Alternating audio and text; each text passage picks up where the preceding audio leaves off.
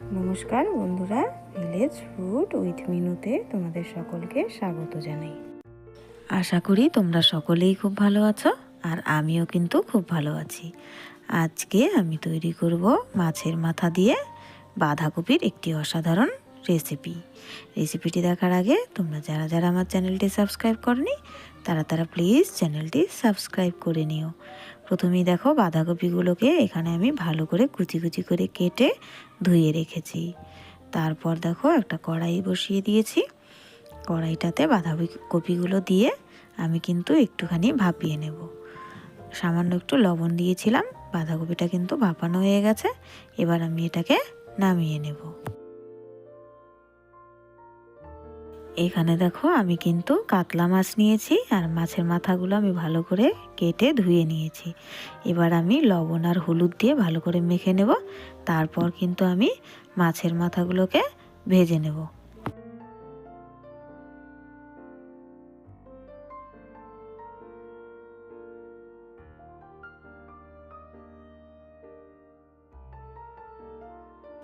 মাছের মাথাগুলো এক পাশটা কিন্তু ভাজা হয়ে গেছে। এবার আমি উল্টে দেব।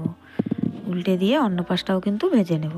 মাছের মাথাটা কিন্তু ভালোভাবে ভাজতে হবে, না হলে কিন্তু বাঁধাকপিটা খেতে একদমই ভালো লাগবে না, কাঁচা কাঁচা গন্ধ করবে মাথার। তারপর দেখো এই যে ভাজা হয়ে গেছে, আমি কিন্তু নামিয়ে নিয়েছি। মাছ ভাজার কড়াইতেই আমি কিন্তু দিয়ে দিলাম সর্ষের তেল, আর এই রান্নাটা কিন্তু সর্ষের তেলেই করব। তারপর দেখো এখানে দিলাম একটা গোটা শুকনো লঙ্কা, তারপর দিব 5 ফোড়ন। এতে কিন্তু জিরেও দেওয়া যায়। 5 ফোড়নটা কিন্তু হয়ে গেছে। এবার আমি দিয়ে দিলাম পেঁয়াজ কুচি, টমেটো কুচি আর কাঁচা লঙ্কা। এতে কিন্তু তোমরা চাইলে পেঁয়াজ নাও দিতে পারো, আমার কিন্তু পেঁয়াজ দিলে বেশ ভালোই লাগে, তাই এখানে আমি পেঁয়াজ দিলাম।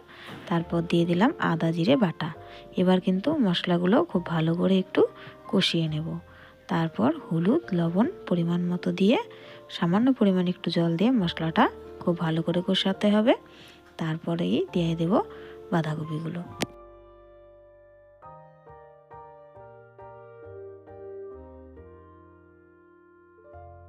মশলাটা কিন্তু কষানো হয়ে গেছে। এবার আমি দিয়ে দিলাম বাঁধাকপিগুলো দিয়ে আবারও ভালো করে নেড়ে চেড়ে নিয়ে তারপর একটা ঢাকনা দিয়ে কিন্তু ঢেকে দেব।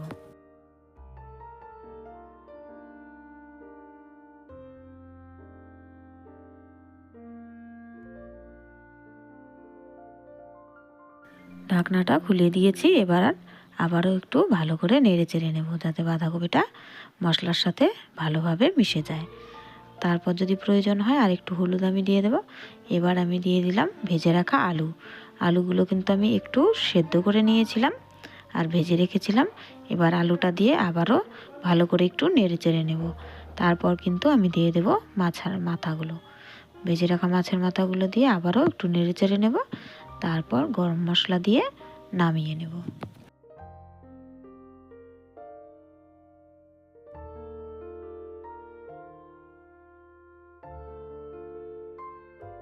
বাঁধাকপিটা কিন্তু আমার হয়েই গেছে। এবার গরম মশলাটা দিয়ে কিন্তু নামিয়ে নেব। আর তারপর কিন্তু এখানে আমি একটু মটরশুঁটিও দিয়েছিলাম আর একটু চিনিও দিয়েছিলাম। আর দেখো তৈরি হয়ে গেল আমার অনুষ্ঠান বাড়ির মতো মাছের মাথা দিয়ে বাঁধাকপির এই দুর্দান্ত রেসিপিটি।